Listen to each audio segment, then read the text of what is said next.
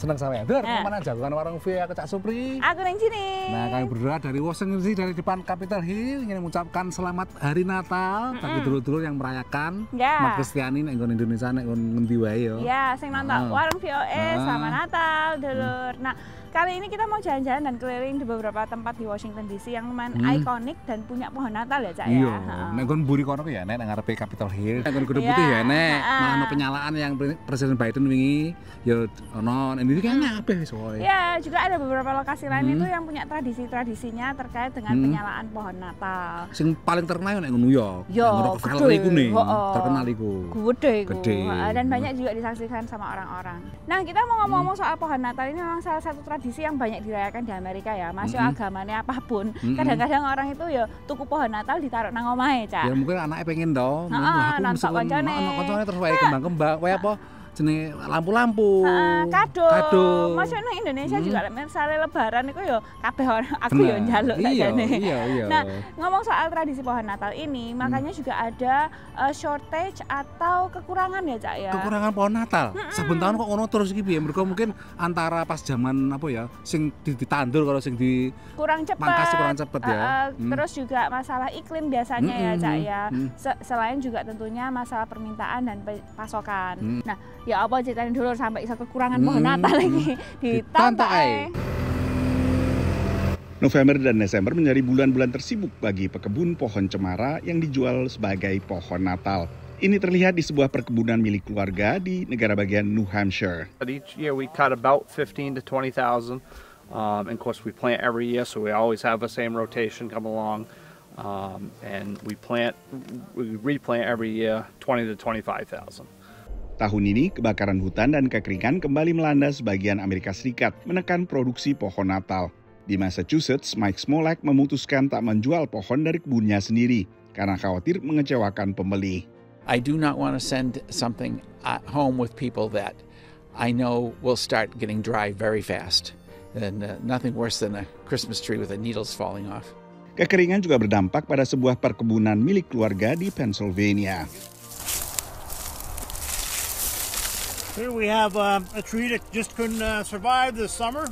You can see the root system just doesn't go deep enough to get the moisture, and a lot of them just can't hang on, as you can see there. Pohon yang parah terkena adalah pohon muda yang butuh sedikitnya 6 tahun lagi sebelum siap dijual sebagai pohon Natal. Pohon usia 8 tahun ke atas relatif aman. I mean, they're ready for market. This tree is not stressed out. Once again, because its roots go deep. This is going to be fine when it's cut for a Christmas tree this year. Tapi kekeringan tahun ini bisa berdampak pada pasokan pohon beberapa tahun ke depan. This is where we really get hurt, and there's a shortage of Christmas trees, and this keeps the shortage going on because you can't get your new ones to survive. Jeff Hill telah berjualan pohon Natal sejak usia remaja. Menurutnya, satu lagi yang berdampak pada pasokan adalah minimnya alih generasi di perkebunan cemara yang umumnya bisnis keluarga. The average age of a tree farmer is like 64 years old, 65 years old. That's me. Yeah, but there's nobody young getting into business. That's why there really is a shortage. Persoalan ini juga dicermati pemilik perkebunan keluarga Weir di New Hampshire. The kids these days aren't taking the farms over. And of course, to start a Christmas tree farm from scratch is almost impossible. It takes a lot of land. You have to put money into a product for 8 to 10 years before you get any return. So there's no one starting new.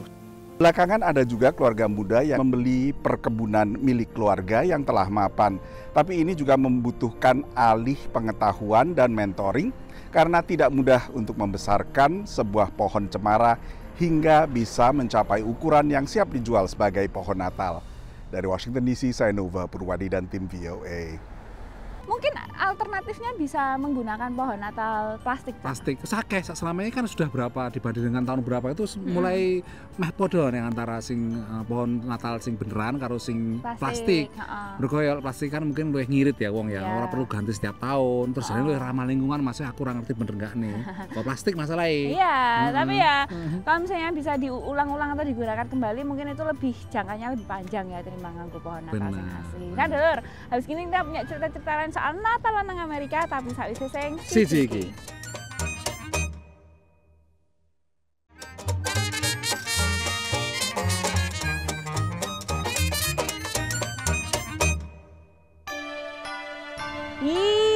adem cah. Wis ngono. Kita hadapi dengan semangat Natalan dan kehangatan Natal.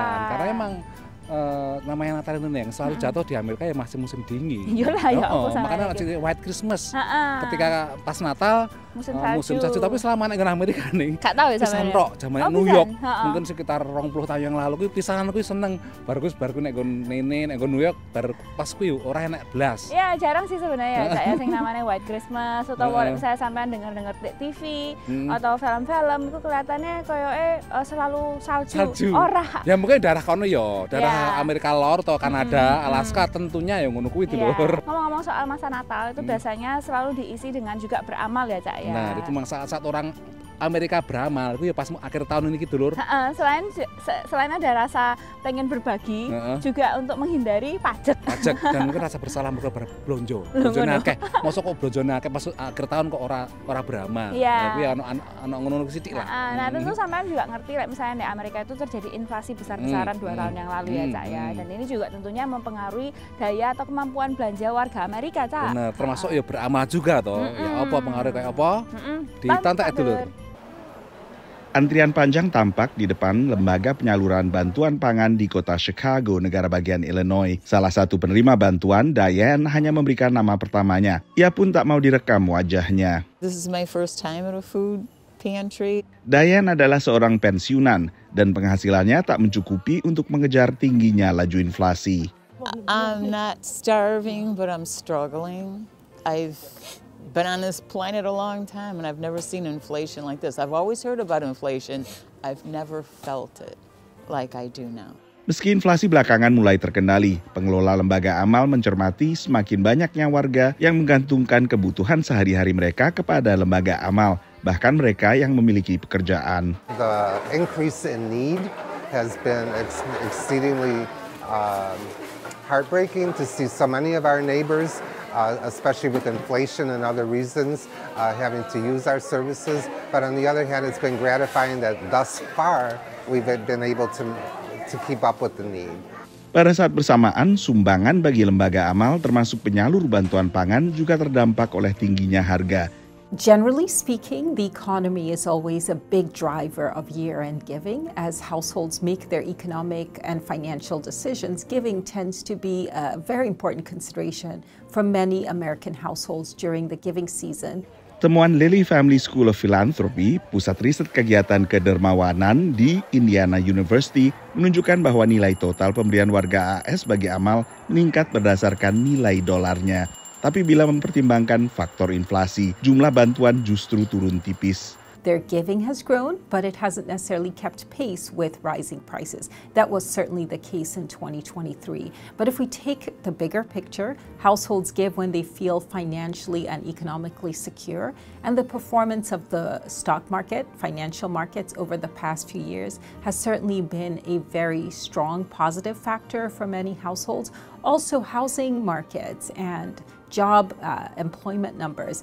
Tapi pengamat mengingatkan berbagi dengan sesama belum tentu berupa barang. It's important to emphasize that you can also give money, but you can also give time and volunteer. Volunteering is a great way to bring a group together, whether that's your family, your colleagues at work, or even your friends. Peneliti dari Indiana University menemukan sekitar separuh warga Amerika Serikat tetap memberi untuk kegiatan amal akhir tahun. Dan angkanya tak banyak berubah sejak tahun 2018. Tapi ini merupakan penurunan signifikan dibandingkan awal tahun 2000-an, saat sekitar 2/3 warga Amerika bisa berbagi dengan sesama setiap menjelang akhir tahun. Dari Washington DC, Nova Purwadi dan tim VOA. Nah, sampean tapi misalnya aku beramal ya kadang-kadang aku mikir sih gajiku sak piro ya berapa persennya aku sing tak kei ngono lho. Ya emang kudune ngono, proporsional nih. Jadi jangan karena wah pengen semuanya terus disumbang semuanya sementara diutang akeh misalkan. Jadi kan intinya kan kalau kamu mampu lakukanlah, kalau enggak ya enggak apa-apa, enggak melakukan itu. Nah, memang sebuah usaha kolektif untuk membantu komunitas dan keluarga dan juga warga yang lain itu memang sangat patut diapresiasi ya, Cak. Iya, itu karena Amerika termasuk yang jenenge beramal, termasuk negara yang cukup wongnya jadi lumayan dermawan dengan jari ya Amerika. Dan jadi sebuah kebiasaan sih, terutama di akhir tahun seperti ini. Dulu habis gini kita punya cerita soal diaspora di Amerika. Ya apa ceritanya tapi saya sing siji iki.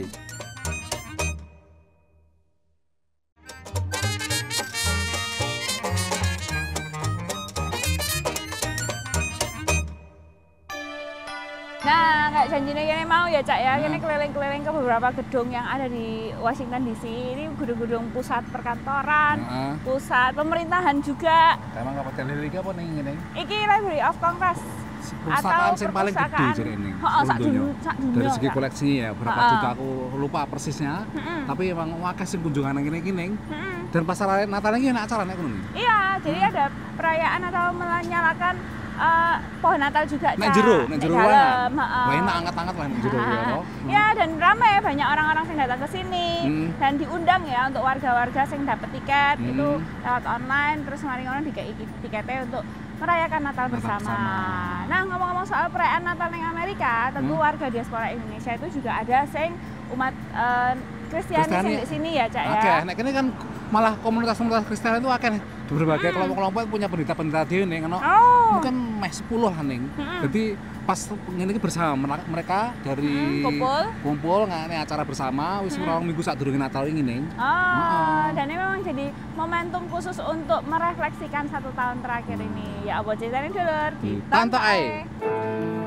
Perayaan Natal bersama untuk warga diaspora Indonesia di ibu kota Amerika Serikat dan sekitarnya diadakan di Gereja Episkopal St. Luke's di Bethesda, negara bagian Maryland tak jauh dari Washington DC. Tema perayaan tahun ini adalah marilah sekarang kita pergi ke Bethlehem, tema yang disepakati organisasi keagamaan Kristiani di tanah air, yaitu Persekutuan Gereja-Gereja Indonesia atau PGI, mewakili umat Kristen Protestan dan Konferensi Wali Gereja Indonesia KWI, mewakili umat Katolik. Jadi gereja melalui PGI dan KWI mengajak semuanya untuk memaknai Natal di tengah kebiasaan hidup kita yang sepertinya biasa-biasa saja, keluarga kita yang biasa, tempat kerja kita yang begitu-begitu saja, tetapi kita juga bisa menemukan sukacita, menemukan Yesus juga di tengah-tengah itu. Tema tahun ini juga mengangkat keberadaan kota kelahiran Yesus Kristus Bethlehem di tepi barat yang telah setahun lebih berada dalam situasi konflik. Kita sebagai umat Kristiani yang ada di Washington DC area, kita terus berdoa supaya perdamaian itu bisa dinyatakan di sana. Diawali lagi, dimulai lagi. Ketika tema ini, pesan ini diangkat, tidak ada yang kebetulan. Dilihat dari 2000 tahun yang lalu kurang lebih bahwa damai itu dimulai dari sana. Natal bersama menjadi kesempatan melakukan perayaan lintas denominasi, mengingat kegiatan keagamaan sehari-hari biasanya lebih banyak terpusat di gereja masing-masing. Dengan perkembangan denominasi gereja Indonesia yang sangat pesat, perayaan Natal bersama menjadi kesempatan bagi masyarakat Kristiani Indonesia di wilayah ibu kota Amerika ini untuk bersilaturahmi. Kondisinya berbeda di California, menurut seorang jemaah yang pernah tinggal di sana. Tahun lalu juga saya hadir di Wisma tuh. Natal bersama ini rupanya berhasil dengan baik. Kalau di sana tidak Natal bersama, masing-masing gereja. Banyak gereja di sana dari Indonesia. Natal bersama juga diselenggarakan awal Desember, karena biasanya warga melewatkan 25 Desember bersama keluarga di kota lain atau bahkan ke tanah air. Tapi kebanyakan kalau Natal saya di Indonesia. Tahun lalu saya di Indonesia, tahun ini ada di sini gitu. Kesempatan untuk kita masyarakat Indonesia yang ada di Invis ini ya, bisa ketemu 1 tahun 1 kali. Anak-anak juga senang dengan perayaan Natal bersama maupun perayaan bersama keluarga nanti. One thing I also like is that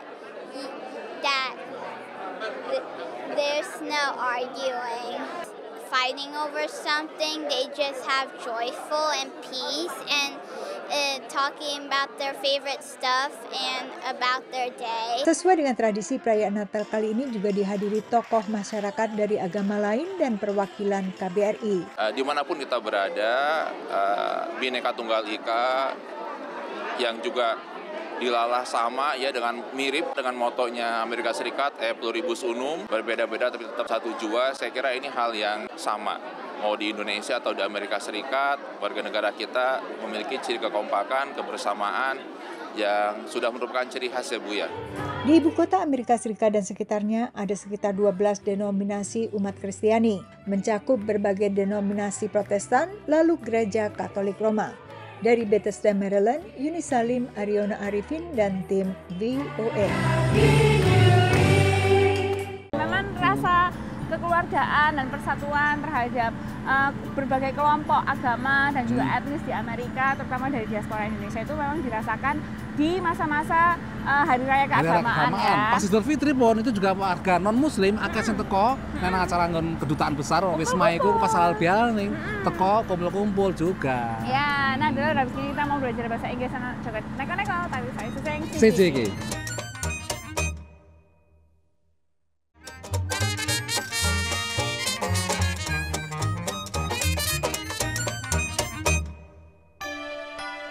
Lumayan Neng. Tapi nggak boleh mengeluh dalam suasana Natal, kita harus selalu ingat dan bersyukur ya Neng ya. Karena emang di akhir tahun begini meskipun ya jenenge urip itu banyak tantangan kita melewati hampir akhir tahun Neng. Iya, nah, 300 sampai 365 hari loh sampai ini gak kroso. Mundak mudune urip itu ya kayak ngene. Tapi harus kita jalani lah dulu ya. Iya. Jadi roller coaster of life. Nah, kadang-kadang harus kita ngikutin mengalirnya kemana. Kadang-kadang kita nantang sedikit nggak apa supaya punya pengalaman hidup yang otentik. Wah. Nah, misalnya sampean pengen belajar bahasa Inggris yang otentik, dulur. Nonton aja English in a minute. Welcome to English in a Minute. When you travel, you take things with you and pack them into bags and suitcases. All those things are called baggage. Baggage? How is your friend Lily doing? I haven't seen her lately. Lily? I stopped hanging out with her. Why? What happened? Nothing happened. She's just got way too much baggage. All she does is complain about problems in her past. Oh, we all have baggage, but you have to deal with it and move on. Carrying too much baggage on a trip makes traveling difficult. In life, emotional baggage does the same thing. Baggage is all those issues that hold you back and keep you from moving forward in life. And that's English in a Minute. Dulur, saiki gilirane jagat neko-neko.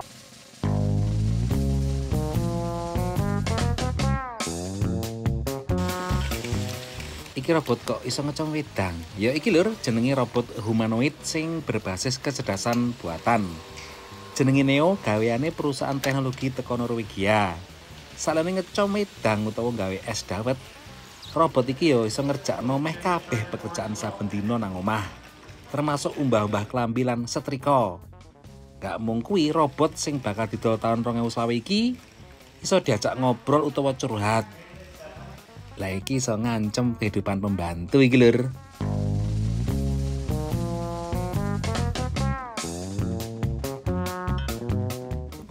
Negara oleh maju tapi perkara roh jahat.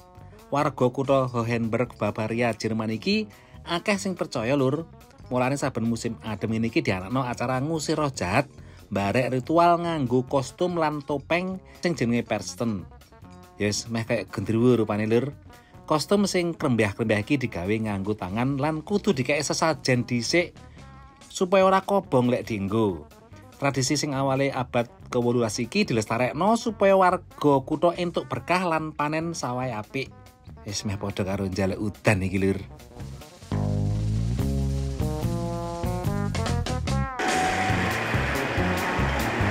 Ketoke kayak dolanan ae iki lur, tapi jek salah. Balapan numpak kursi kantor ndok distrik bisnis Tokyo iki perlu otot lan keterampilan. Peserta ndok balapan iki kudu tetep lungguh nang kursi barek nggenjot sikile sak kenceng-kencenge supaya kursine iso mlayu cepet bersaing barek peserta liyane. Ndok lomba sing tujuane supaya wong blonjo ndok kawasan iki, para peserta dikei wektu 2 jam nggo balapan muteri lintasan sing adohe 70 meter.